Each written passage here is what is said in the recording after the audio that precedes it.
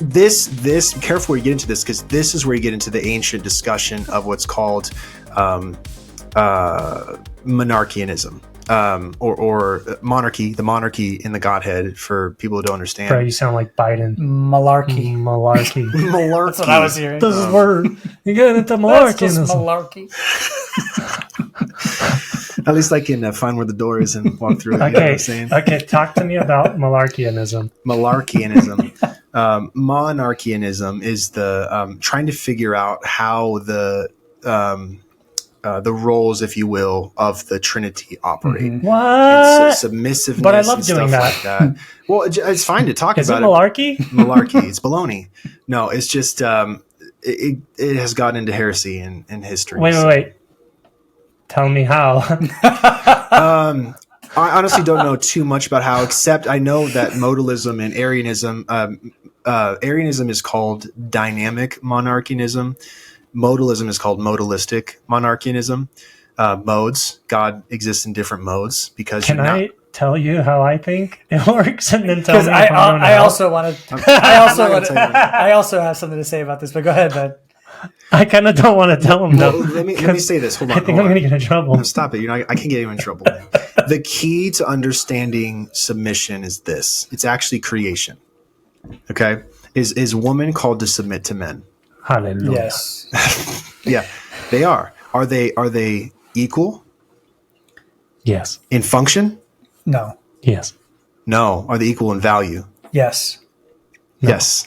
Stop it. They are 100% equal in value. The roles that they do have nothing to do with the value or the glory. Correct. It has to do with the function, good. with the created Yes, order. Oh, yes. Christ submitting to the Father as man. Oof. We have to understand this. Christ so is good. submitted, the person of Christ in the flesh. So when you read 1 Corinthians 11, that says, the head of every woman is man, the head of man is Christ, the head of Christ is God. That's not giving one is greater. Right. That's non-Trinitarian. And that means that you're actually greater than women. Men are not greater than women. Yeah. Men have a very specific role of dominion, and women are given a very specific role of helping man have dominion. Americani. Yeah. Right? So, wow. So, I 100% believe personally in a patriarchal function, but I believe it is a Trinitarian patriarchal How dare you? function. Yeah, so that makes sense. But if you want to read more about that, honestly, Douglas Wilson has incredible stuff on that. I have a question. Yeah. Because Ben's too scared to ask for himself. I'll tell you what I. Well, tell us, because you're supposed to go first. Okay. Can I ask a question first? Dennis, write down your thing. No, I'm good. I'm good. I won't forget. Okay. You said that something about the man of God. God is man. God became man. Yeah. Right? Yeah.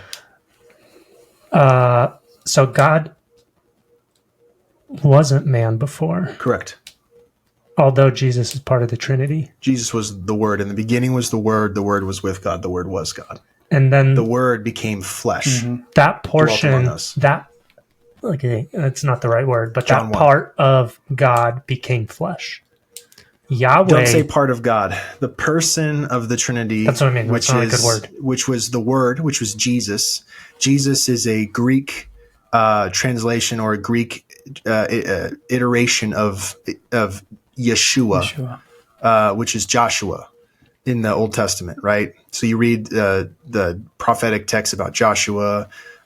Jesus is the Greek version of that name. He wasn't called Jesus. He didn't have a body. He wasn't the son of Mary. He was the eternal Word before part of the triune Godhead, before he took on flesh and became Jesus of Nazareth. So God himself took on flesh. Yes. In the person of Jesus. Yes. Okay. Not a part of God, all of God. That's called modalism. that is, God exists in modes, and there are parts of him, and as or like a piece of him that can show up as the Spirit or as the Son, or he can come as the Father. Now that it's one God, one person that has different faces, if you will. That's non-Trinitarian. Trinitarian is there is one God in three persons. That the Father is not the Son is not the Spirit is not the Father, the Son is not the Spirit. And the Son is the part. It's not a good not word. the part. It's not a good word. He is God. Yahweh. Just say Yahweh. So, but Yahweh is not the Son.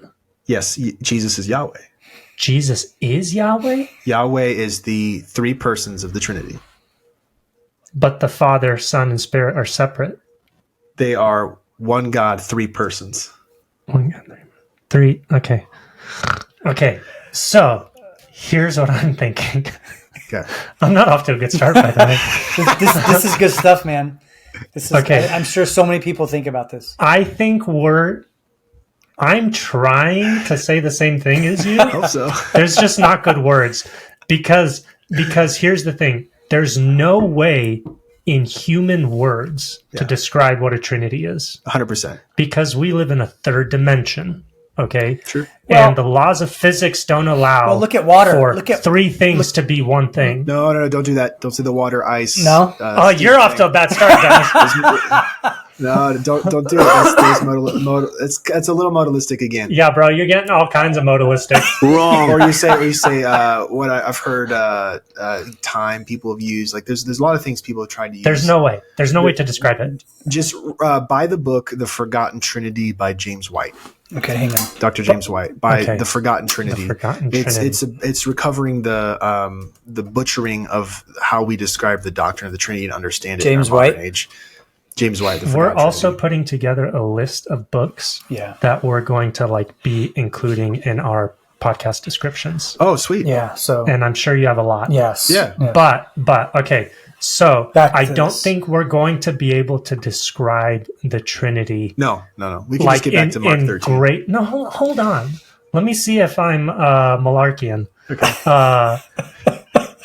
So there's no way that we're going to definitively use 3D words and concepts to describe extra-dimensional truth like the Trinity, right?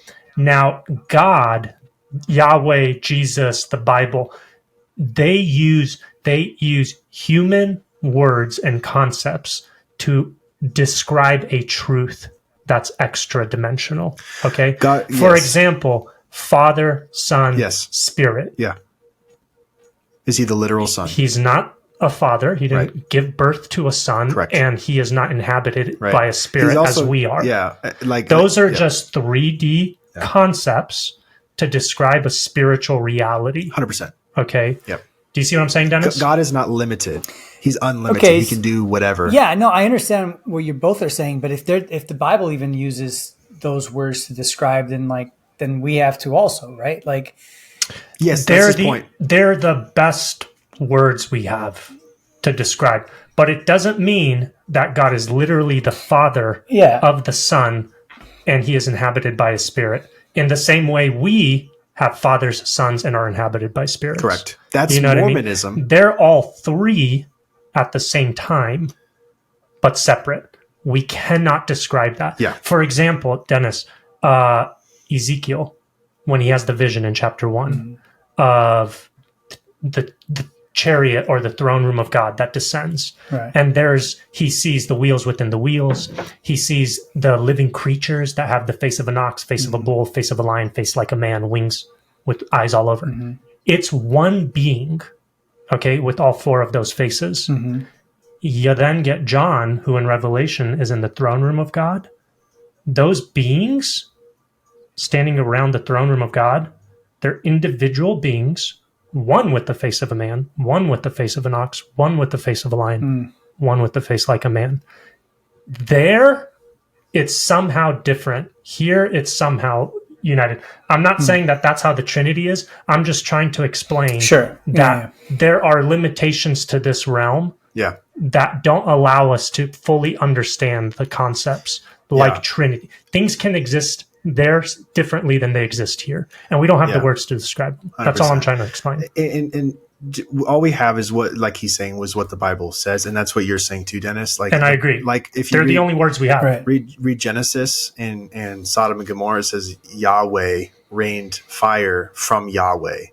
Two Yahwehs talking to each other. There's only one Yahweh, but there's two involved. There's several Trinitarian passages. Acts 20:28 is a really good one.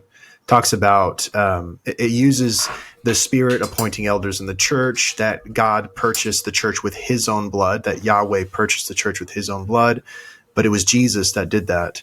There's a lot of Trinitarian texts, but again, I would just listen to James White on the Trinity. He does a lot of really good I'm work. definitely going to check that book out. Go ahead, Ben. Yeah. Okay.